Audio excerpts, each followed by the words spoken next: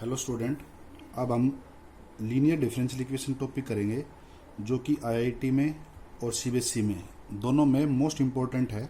इसका मेथड याद रखना पड़ेगा आपको, बस केवल आप मेथड समझो। इसका क्या होता है, सबसे पहले आप लिखोगे राइट द गिवन इक्वेशन। आपके पास जो भी इक्वेशन होगी आप नोट कर लो, जो भी इक्वेशन हो, चाहे आपके पास कोई भी इक्वेशन हो, कोई दिक्कत नहीं चीज़ की, ठीक है। नंबर 2, इट कंपेयर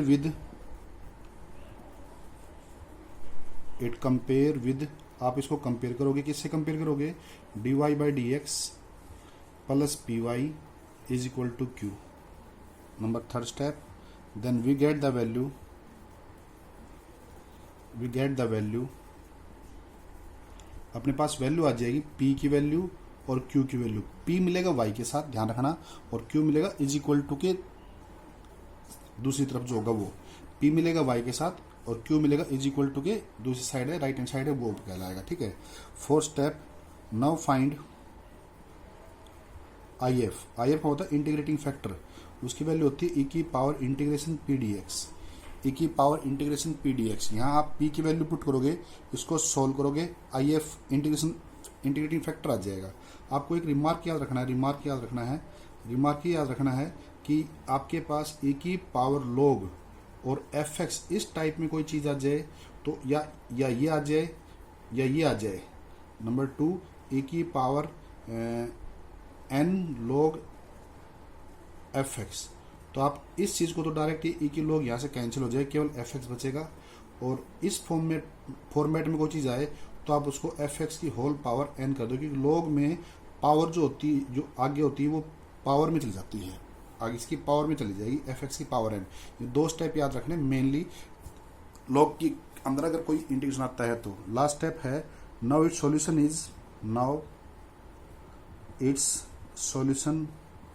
इज याद रखना आपको, solution y into I F is equal to integration q into I F into D x plus C. यहाँ आप आई एफ की, q की और आई एफ मतलब इंटीग्रेटिंग फैक्टर की ये वैल्यू पुट करनी है, और वैल्यू पुट करने के बाद आपको इस इंटीग्रेशन को सोल्व करना है। जैसे आप इस इंटीग्रेशन को सोल्व करते हो आपके पास आंसर आ जाएगा, आपको y की वैल्यू निकालनी है। इसको बोलते हैं लीनियर डिफरेंशिएशन। दोबारा से समझ सकते हो आप, लीनियर डिफरेंशिएशन का मेथड ही होता है, सबसे पहले इक्वेशन लिखनी है, इक्वेशन लिखने के बाद आपको इसके साथ कंपेयर करना है। कंपेयर करेंगे तो dy by D x plus p y is equal to q आएगा। कंपेयर करने के बाद आपके पास p की और q की वैल्यू आ जाएगी, p मिलेगा हमेशा y के साथ और इज इक्वल टू की साइड में मिलेगा q। ये वैल्यू आने के बाद जैसे आपके पास वैल्यू होती है आपको निकालना पड़ेगा IF होता है इंटीग्रेटिंग फैक्टर, वो होगा e की power integration P D x. यहाँ आप p की वैल्यू पुट करोगे आपके पास IF आ जाएगा। IF आने के बाद करना क्या है कि e की पावर में log अगर इस फॉर्मेट में कोई चीज़ आए तो e की log आपको यहाँ से खत्म करके केवल fx लिखना है, और n आ जाए, log fx आ जाए तो इस n को fx की पावर में डिनोट कर दोगे। बाद में लिखना now its solution is y into I F is equal to Q into I F into D x plus सी। ये छोटी सी बात याद रखनी है, इसके बेस के ऊपर कुछ क्वेश्चन सोल्व करते हैं जिसके हम आसानी से सोल्व कर पाए। अभी चेक करते हैं सवास। हाँ भाई स्टूडेंट, अब हम इस पे कोई ना कोई क्वेश्चन करके देखते हैं इसको हम आसानी से कर पाए और इस मेथड को। हाँ तो स्टूडेंट, हम कोई एक एग्जाम्पल करते हैं। मान लो अपने पास द गिवन इक्वेशन इज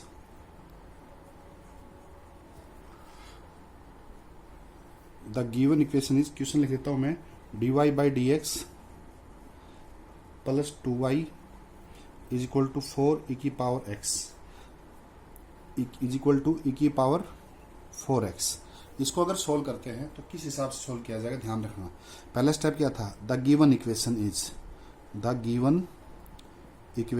ये लिख दी इक्वेशन जो भी थी, पहले स्टेप वो इक्वेशन लिख दी, उसको फर्स्ट इक्वेशन मान लो आप। नाउ इट कंपेयर विद किससे कंपेयर करना बताया था मैंने आपको, dy by D x plus p y और इज इक्वल टू क्यू। तो p की वैल्यू क्या मिलेगी, जो y के साथ है, तो y के साथ क्या अपने पास 2, तो p की वैल्यू तो 2 आ गई, और q की वैल्यू कितनी आई, जो इज इक्वल टू की दूसरी साइड है, e की पावर 4x। 3rd स्टेप क्या था, फाइंड IF का फॉर्मूला था e की power integration P D x. तो यहाँ पुट करेंगे e की पावर इंटीग्रेशन p मतलब कितना है 2dx, तो सोल्व करूँगा तो e की पावर 2x आ जाएगा। अब निकालना इसका सॉल्यूशन। नाउ सॉल्यूशन इस क्या था, y into I F is equal to integration q into I F into D x और प्लस सी, ये था। यहाँ मैं y as it is I F की वैल्यू अपने पास कितनी आई है, इंटू ई की power 2x is equal to q कितना है, क्यू अपने पास ई की पावर 4x, तो ये ई की पावर 4x इंटू ई की पावर 2x dx प्लस सी। अब आप देखो बेस से में तो पावर ऐड हो जाएगी, क्या इस चीज़ को y ई की पावर 2x इंटू ई की पावर 6x और dx प्लस सी कह सकते हैं। यहाँ से y इज इक्वल टू कितना आया, y इज इक्वल टू आया y इंटू ई की power 2x is equal to E की पावर 6x अपॉन 6, इसका इंटीग्रेशन आएगा प्लस सी आएगा। अब हमें निकालनी y की वैल्यू है, तो क्या करूँगा मैं, y की वैल्यू के लिए y इज इक्वल टू ये टर्म इधर मल्टीप्लाई, इधर क्या हो जाएगा डिवाइड, प्रत्येक टर्म को डिवाइड कर दो, ई की पावर 6x 1/6 आगे आ जाएगा और ई की पावर 2x प्लस सी अपॉन ई की पावर 2x, तो y इज इक्वल टू कितना आया 1/6, ई की पावर ऊपर जाके नेगेटिव हो जाएगी तो 4x बचेगा प्लस सी ई की power -2x। This is the required solution. आसान सा क्वेश्चन है, एक प्रैक्टिस और करते हैं जिससे कि आपको चीज़ अच्छी तरह समझ पाओ। ओके, लिखते हैं सेकंड क्वेश्चन और करते हैं सब।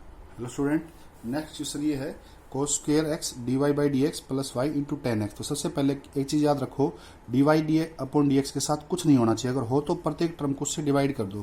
तो जैसे इसको मैं डिवाइड करूंगा तो अपने पास बनेगा dy/dx plus y upon cos square आएगा, तो इसको क्या मैं second square x into y कह सकता हूँ, is equal to 10x upon second square आएगा। जैसे मैं 10x अपॉन सेकेंड स्क्वायर लिखूंगा तो सोल्व करूंगा तो ये सेकेंड स्क्वायर x और 10x आ जाएगा अपने पास, यहाँ से सेकेंड स्क्वायर x और 10x आ जाएगा। ठीक है, तो ये तो अब मैं इसको कंपेयर करता हूँ, तो इट कंपेयर करेंगे तो p कितना आएगा, सोचो p आएगा सेकेंड स्क्वायर x और q कितना आएगा second square x into 10x।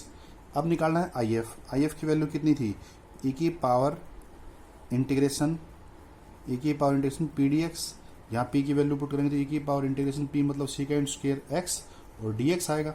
जैसे मैं यहाँ वैल्यू पुट करता हूँ सेकेंड स्क्वायर का इंटीग्रेशन 10x होता है, तो ई की पावर कितना आएगा 10x into D x, 10x into ये वैल्यू आ गई आई एफ। अब निकालना इसका सोल्यूशन के लिए फॉर्मूला क्या था, Y into I F is equal to Q into I F into D x plus C था। तो y इंटू आई एफ कितना है, ए की power 10x is equal to q है अपने पास सेकेंड स्क्वायर एक्स 10x और e की power 10x into D x और प्लस सी है। अब मैं इस साइड को अगर सोल्व करता हूँ तो 10x को t पुट करूँगा, put 10x is equal to t. जैसे 10 को t पुट करूँगा तो सेकेंड स्क्वायर क्या बन जाएगा, second square x d x is equal to d t आएगा। तो यहाँ से मैं अगर सोल्व करना चाहूँ y इंटू ई की power 10x is equal to second square और डी एक्स तो बन गया डी टी, तो ये बनेगा टी ई की पावर टी और डी टी बन जाएगा। अब इस चीज़ को सोल्व करते हैं इंटीग्रेशन को, तो y ई की power 10x is equal to, ये हाईलाइट की से फर्स्ट और ये सेकंड आएगा, तो first function as it is second का इंटीग्रेशन माइनस इंटीग्रेशन का साइन, फर्स्ट का डिफरेंशिएशन 1, सेकंड का इंटीग्रेशन इंटू डी टी और प्लस में सी था अपने पास, यहाँ से सी। अब सोल्व करता हूँ मैं, is equal to t e की पावर टी माइनस ई की टी का ई की टी आएगा और प्लस में सी आएगा। अब टी की वैल्यू पुट कर देंगे तो वाई ई की power 10x is equal to 10, t की वैल्यू 10x थी तो 10x ई की पावर 10x माइनस ई की पावर 10x और प्लस सी। अब ई की पावर 10x से सबको डिवाइड कर देंगे तो यहाँ बचेगा 10x -1 और प्लस सी ई की माइनस 10x। ये आपके पास टाइप है, इसका नाम है लीनियर डिफरेंशियल इक्वेशन। आपको इसको देखते हुए आपकी जो एक्सरसाइज है ये एक्सरसाइज आपको सोल्व करनी है सभी स्टूडेंट्स को। एक्सरसाइज का नाम है अपने पास 11.6 है जो आपको सोल्व करनी है। Okay, thank you students.